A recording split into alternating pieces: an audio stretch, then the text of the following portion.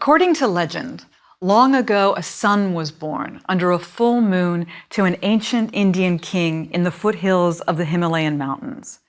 This son enjoyed every privilege in life, but he was dissatisfied. Eventually, he left everything behind: family, wealth, power, and physical comfort, in search of true and lasting peace. After years of study and meditation, he finally found enlightenment while sitting under a tree, and he passed on what he had learned to others. That man was the Buddha.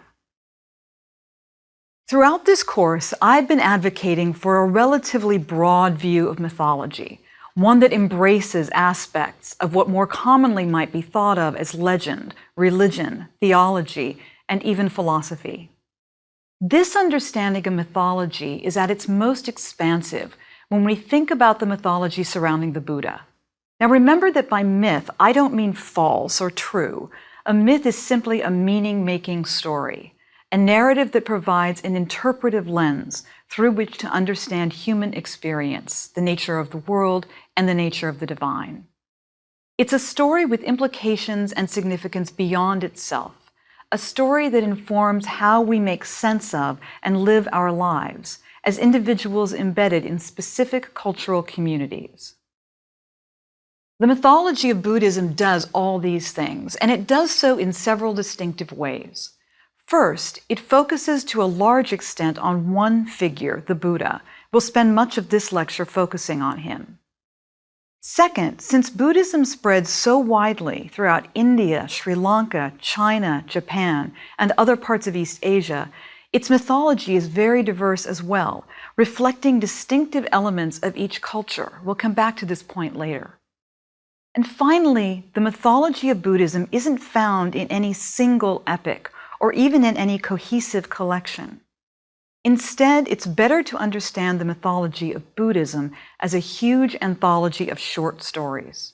Almost every individual story can stand on its own, and the stories don't necessarily speak to each other. But after you listen to a number of them, you begin to hear certain story motifs and themes repeated over and over again. We begin with the life of the Buddha. The myth tradition that developed around the Buddha focused on specific moments in his various incarnations, especially his life as a human in this age.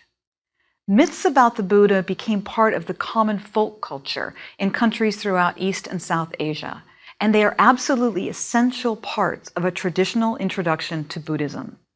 The most well-known stories about the Buddha describe his emergence in this age as a spiritual role model. They couple his life story with the basic elements of Buddhist thought and practice, culminating in the experience of enlightenment. Siddhartha Gautama was born into a wealthy Indian family sometime between the 6th and the 4th centuries BCE. The name Siddhartha means one who achieves his goal, but he didn't attract any special attention as a child or as a young man. He grew up as a prince in continual comfort, without a care in the world and without any awareness of human suffering, until one day this all changed. When he was 29 years old, married and a father, Siddhartha finally left the walls of his family's compound and rode through the streets of the city with his chariot driver Chandaka. They first came upon an old man. Siddhartha was astonished. He had never seen a body ravaged by old age. Chandaka told him that what he was seeing was not unusual. All human beings experience aging. Next, Siddhartha came upon a sick person whose body was disfigured and weakened by disease. Again, Siddhartha was astonished because he had never seen illness or disease. And again, Chandaka stated that all human beings experience illness and pain at some time in their lives. Third, Siddhartha passed a dead body. He had never witnessed death, so the limitations of the mortal body had never occurred to him, and he was appalled by the sight of death. Again, Chandaka told him that all human beings will die. No one can escape. Finally, Siddhartha saw an ascetic, a man dedicated to finding release from the human experience of suffering associated with aging, illness, and death, by practices of self-denial, such as fasting and extended periods of meditation. Siddhartha committed himself to becoming an ascetic. This story, known as the Four Sights, is the foundational story of Buddhism. Now, there are some minor variations, but every version of this story ends with the sheltered prince relinquishing his comfortable lifestyle and dedicating himself to a life of extreme asceticism. In some versions of the story, he slips away in the middle of the night, not even saying goodbye to his wife, Yashodhara, or to his child, for fear that the sight of them would cause him to lose his resolve. Another version claims that the sounds of Siddhartha's horse hooves were silenced by the gods, so that no one in the palace would hear his departure and try to prevent him from leaving. As an aside, certain streams of Buddhism basically dismiss the existence of gods, at least any existence that affects human experience. Other streams celebrate numerous divine and supernatural beings, so don't let any reference to gods in Buddhist texts throw you. As the story continues, the former Prince Siddhartha first tried one path to spiritual peace, a path of extreme austerity. He became a beggar in the streets for a time, and then he studied under famous teachers. He first mastered meditation, but he didn't find spiritual fulfillment in extreme meditation. Then he mastered yoga. Again, he was left unfulfilled. He then tried extreme self-deprivation, living outdoors, eating only one nut per day, until he collapsed from physical exhaustion. Siddhartha mastered every ascetic tradition he tried.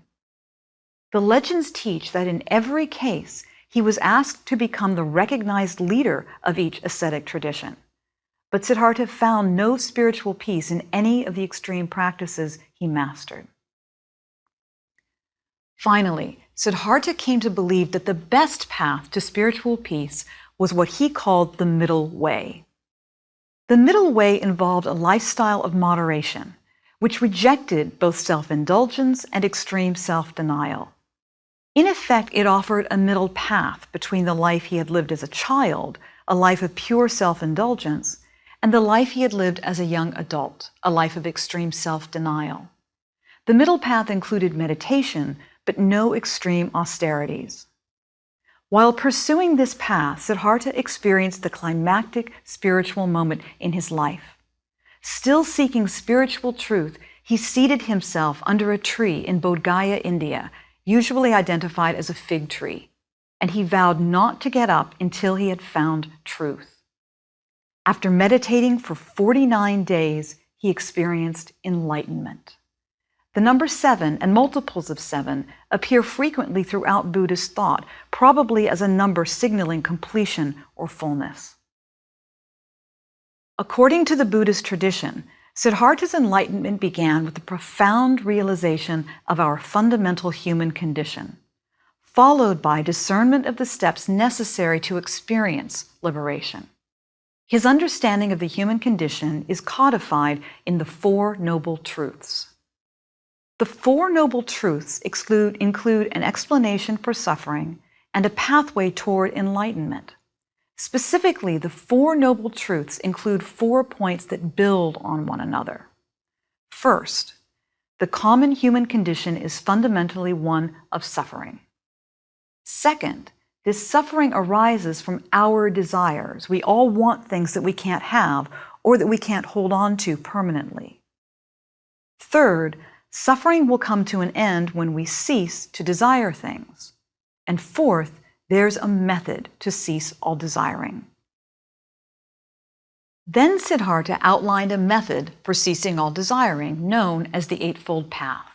Now, in brief, the Eightfold Path teaches the practices of right view, right intention, right speech, right action, right livelihood, right effort, and right mindfulness, which culminate in a practice of right concentration or right meditation. And observing this Eightfold Path leads to liberation. Ultimate liberation is called nirvana. And nirvana is experienced as complete freedom from any sense of attachment to things, to other people, to this world, even to a sense of one's own individual identity. Nirvana is the perfect realization of our true condition in the universe, and it's experienced as perfect bliss. Experiencing this makes someone an enlightened being, and Siddhartha Gautama was the supreme enlightened being. From the moment of his enlightenment under the Bodhi tree, he became known as the Buddha, a title meaning the enlightened one or the awakened one. You can see that the core teachings of Buddhism can be very abstract, but in Buddhism, they're conveyed through a few simple stories about the Buddha. And this is a key characteristic of Buddhist mythology. It takes complicated or abstract ideas and principles and presents them in story form. The first set of stories focus on the Buddha's experience, since he is the preeminent model of spiritual enlightenment. Subsequent stories in the Buddhist myth tradition focus on the Buddha's nature as a wise teacher. For example, there's a story in Japanese Zen Buddhism about a woman named Kisagotami whose young son died. According to the story, Kisagotami carried the dead boy's body around in her arms for days, wandering from house to house, sobbing and begging for help. Eventually, she was directed to a wise man, the Buddha in disguise. The Buddha told her that he could revive her dead son, but only if she brought him mustard seeds from the house of a family that had never experienced any loss. Kisagotami began to scour the countryside for these mustard seeds, but she couldn't find a single household that had not experienced sadness or death. And eventually she realized that her condition was not unique. All of human life involves loss. And at this moment, she experienced enlightenment. This story, of course, teaches a simple lesson, conveying one of the fundamental beliefs of Buddhism: all life involves suffering. But it also functions at the level of myth, telling us something about the Buddha as a teacher and about the nature of human existence in story form. In the story, the Buddha didn't simply tell the woman about human suffering, and he didn't give her a long lecture. Instead, he sent her on a quest in which she discovered this truth on her own. And so the story conveys Buddhist values as well as a brief character sketch of the Buddha in one simple episode. And it passes on a philosophical point that has implications for the listener. Other Buddhist story traditions highlight the Buddha in his other lifetimes. According to Buddhism, creatures are not limited to one lifetime. We all experience multiple lives, reincarnations in different bodily forms. The Buddha has the special ability to remember all of his past and his future lifetimes, and countless stories describe him in these lifetimes, in both human and animal forms. In all of these forms, the Buddha exhibits Buddhist values and morals, and he often helps lead others on the path to enlightenment.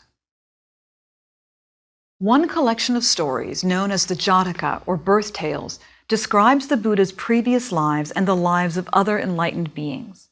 These stories largely originate in India around the 4th century BCE. There are different streams of tales that come out of individual regions in India, but they all claim to present biographies of the previous lives of the Buddha. They read like Aesop's fables, including talking animal characters and straightforward morality lessons. Some of them are very simple. For example, in one Jataka story, a king's gardener lures a special wild deer into the palace walls, using sweet honeygrass to entice him. When the king sees the deer, he declares that the deer has been captured not by the gardener, but by the deer's own cravings. The king then releases the deer back into the wild, emphasizing how dangerous sweet cravings are. The story ends with the moral: it is better to eat in order to live, rather than to live in order to eat. Eating in this story is a metaphor for any desire, and the story is designed to teach a fundamental Buddhist truth. Desire for things in this world will lead to suffering and spiritual entrapment. Now, other tales are longer and a bit more complicated. Structurally, they often employ the nesting technique that we've seen in the Hindu-Indian literature. For example, in one myth, the Buddha praises a host for his hospitality. The host had entertained the Buddha and a group of monks who came to his door, a common practice in certain Buddhist cultures. The host took them in, and the Buddha offered a story out of gratitude, a story called The Rabbit in the Moon. The Buddha's story goes as follows. Once upon a time, an enlightened being was born as a rabbit.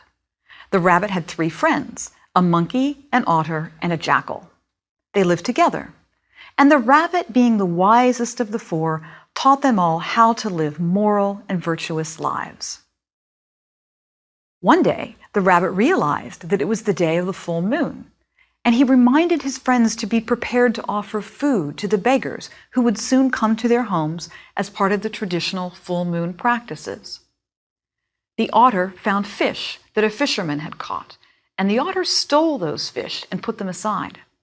The jackal took a roasted lizard and a pot of curd from someone else's hut. The monkey took mangoes from a mango grove, and each went home thinking he had been virtuous. The rabbit, however, upon determining that he had no food to give, decided that he would offer his own flesh as food. Saka, a famous enlightened being, decided to test each animal.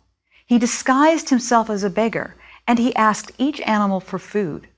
He went to the otter, and the otter offered him the fish that he had taken from the fisherman. Then Saka went to the jackal's den. The jackal offered him the lizard he had taken from the man's hut.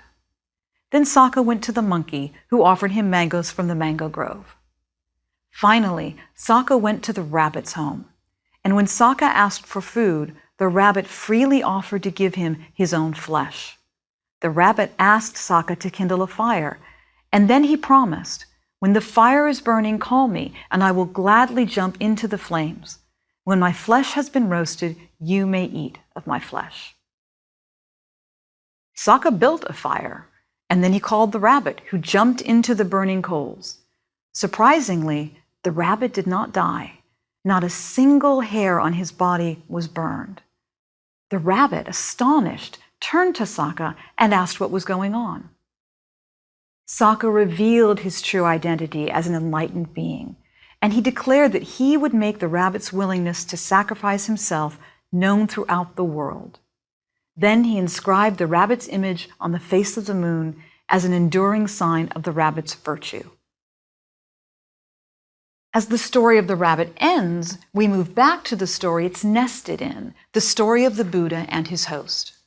When the Buddha finishes telling the story of the rabbit, he then confides to his host that he himself, the Buddha, was the self-sacrificing rabbit in a past life. Stories like this one work on a number of levels. They teach Buddhist values, and they also tell us several things about the Buddha himself. We learn about one of the Buddha's past lives and about his selfless nature. We also learn about the Buddha as a teacher. He draws on experiences from his different lifetimes to teach people in this age. He's not only the self-sacrificing rabbit, but also the wise elder who teaches abstract concepts such as selfless giving through simple animal stories, through easily understood folk tales. Finally, we learn that the host who welcomes monastics who come to his door is looked upon favorably. So this is a bit more complicated than a simple one-dimensional morality fable. On another level, Buddhist mythology pits Buddhism against other Indian religious traditions. The story of the goat who laughed and wept describes a goat who was about to be sacrificed in a traditional Brahmin feast. Now, Brahmins were and still are the upper caste in Indian society, something akin to our highest social class. They are also the priestly class, which in ancient times meant that they were well educated in the sacred texts, and they performed traditional sacrificial rituals. The Buddhist tradition challenged many fundamental elements of ancient Hinduism, including the sacrificial ritual tradition, the caste system overall, and the Brahmins in particular. So many Jataka tales are structured to correct what Buddhism saw as faulty Hindu thought and practice. As the story goes, the goat was prepared for ritual slaughter, but then the goat himself unexpectedly began to laugh and then to cry. When the priests who were about to sacrifice him asked why he laughed and then cried, the goat explained that he had once been a Brahmin priest himself, and he had sacrificed a goat. Because of that act, he had been reincarnated as a goat himself 499 times previously, and he'd been sacrificed in each reincarnation. I laugh, he explained, because this time, the 500th time I have my head cut off, I will be released. But I cry because you, as my sacrificers, will now enter my misery. The Brahmin and his students released the goat. Shortly after that, the goat's head was cut off by a freak act of nature. The story says, the moment the goat was set free, it reached out its neck to graze on the leaves of a bush growing near the top of a rock. At that very instant, a thunderbolt struck the rock, breaking off a section of rock, which hit the goat on its outstretched neck and tore its head off. The former priest's soul was released from its incarnation as a goat, and the Brahmin and his students did not incur the guilt of sacrifice. A story like this one clearly contrasts Buddhism with the ancient Indian religious tradition of animal sacrifice. It teaches that Buddhism, with its commitment to foregoing violence, is superior. It suggests that the universe is not driven or upheld by sacrifice. Instead, sacrifice leads to multiple rebirths. The obvious implication is that the listener should stop performing traditional sacrifice right away and follow the Buddhist path instead. Many of the Jataka tales present the superiority of Buddhism in simple story form. In addition, there are stories that pit one stream of Buddhism against another stream. And this brings us back to a key point I mentioned at the beginning of this lecture. Buddhism evolved in various forms at different times and in different places throughout South and East Asia. For example, Tibetan Buddhism, known to most Westerners through the life and teaching of the Dalai Lama, is very different from the monastic version of Buddhism you find in Sri Lanka. And these traditions are both very different from the Zen Buddhist tradition found in East Asia. The different forms of Buddhism that evolved didn't always get along with one another, and the myth tradition that developed around the Buddha became a place where different streams of Buddhism could duke it out with one another. For example, the story of Kisagotami, the woman who had lost her son, presents the Buddha as someone who teaches indirectly, through each person's life experience. And it presents a form of Buddhism available to the commoner, to the everyday person.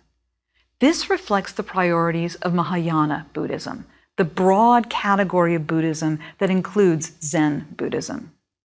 Mahayana Buddhism, which literally means the greater vehicle form of Buddhism, positions itself as distinctly different and more inclusive than the monastic stream of Buddhism that emphasizes lifelong study of Buddhist doctrinal texts over immediate experience. Stories of the Buddha were developed as kinds of endorsements of specific forms of Buddhism. In addition, since Buddhism spans multiple continents and multiple centuries, there's a lot of variation in Buddhist mythology, reflecting local beliefs and practices that commingled with Buddhism as it moved from region to region. It's actually quite striking to see just how many forms of Buddhism exist. For example, early Buddhism flourished in India, where it incorporated local Hindu gods, goddesses, and even demons, but also Indian motifs. One key figure in Indian Buddhism was the enlightened being Amitabha, who was born from a lotus flower, a classic image in Indian mythology. Amitabha was said to help others gain enlightenment when they worshipped him and spoke his name out loud, another feature of Indian thought. Ancient Indian thought believed that simply pronouncing names and words was powerful. In China, Buddhism looked different. Chinese Buddhism came to include numerous gods and organized them in a very complicated hierarchy, much like a government bureaucracy. This hierarchy included the kitchen god, as well as the familiar round-bellied laughing Buddha, an enlightened being sometimes associated with Maitreya, the next form of the Buddha expected to come to this age, expected to come when the teaching and observance of the Dharma have been completely forgotten. Maitreya is recognized as the future successor to Gautama Buddha in all streams of Buddhism, but he is portrayed differently in distinct communities.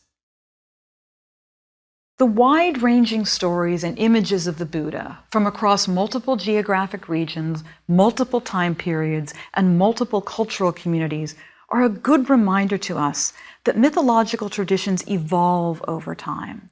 One figure, such as the Buddha, can look radically different from one culture to another.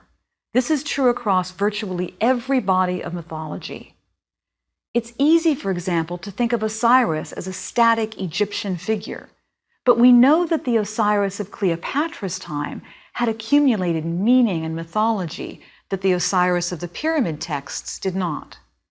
When myths persist, they change and evolve, reflecting the cultural homes they find. We find this dynamic in the mythology of the Buddha. The mythology of Buddhism, however, isn't limited solely to stories of the Buddha. It also includes stories of other divine figures, all of whom contribute to the spread of Buddhist thought and practice. For example, there are also female deities in certain streams of Buddhism. Perhaps the best known is the goddess Tara, who appears in various forms in Tibetan, Chinese, and Japanese Buddhism. One Tibetan Buddhist tradition teaches that Avalokiteshvara, a well-known and preeminent enlightened being, was moved to tears one day by the suffering endured by all sentient beings. The teardrop that fell from his left eye landed on the earth and formed a lake, from which emerged a lotus flower. The lotus flower bloomed and revealed the goddess Tara inside. She encouraged him to pray, and she offered to be his partner in intercession and in his efforts to release all beings from suffering. She's widely known as the goddess, the mother of liberation, a goddess of compassion and healing. Despite the differences between Buddhist mythologies in different regions around the world, certain themes persist.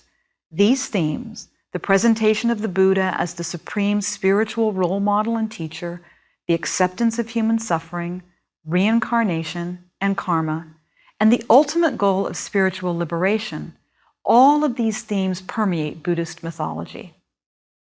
Let me close with one final story about the Buddha. As the supreme enlightened being, the Buddha was able to choose when he died, that is, when he left his physical body. According to tradition, he chose to leave his body at the age of 80. He ate a meal offered by a devotee and became ill. His host became afraid that the meal had poisoned him, but the Buddha claimed that the meal had nothing to do with his impending death. Before allowing his body to die, the Buddha asked if any of his followers had questions. When he was satisfied that there were no remaining questions, he left his body and entered parinirvana. Now, this is the supreme state of final nirvana, which can only be reached by someone who has attained complete enlightenment. This person is free from all karmic ties and any future rebirths. It's a realm of eternal bliss. There are various interpretations of what actually happened with this meal. Some traditions teach that the Buddha ate uncooked pork. Others argue that he ate a poisonous mushroom. And still others believe that his death had nothing to do with the food at all. The key from a Buddhist perspective is that the Buddha was in complete control of the moment of his death. As a completely enlightened or awakened being, he chose when to leave his body. Traditionally, Buddhism teaches that his final words were, "All composite things are perishable. Strive for your own release with diligence." The idea here is that we should strive to be released from the illusion that anything is permanent, even the sense that we ourselves are permanent. The Buddha's body was cremated, but various relics are said to be enshrined at several religious sites. For example, the Temple of the Tooth in Sri Lanka claims to house the Buddha's tooth. But from a Buddhist perspective, the most important thing the Buddha left behind was the Sangha, the community of followers that would transmit his teaching. There have been ups and downs in the history of this community, and each stream of Buddhism understands the nature and the significance of the Sangha differently. A strict definition of Sangha limits it to monastic communities who have taken specific vows. A broader definition includes all Buddhist followers within the Sangha.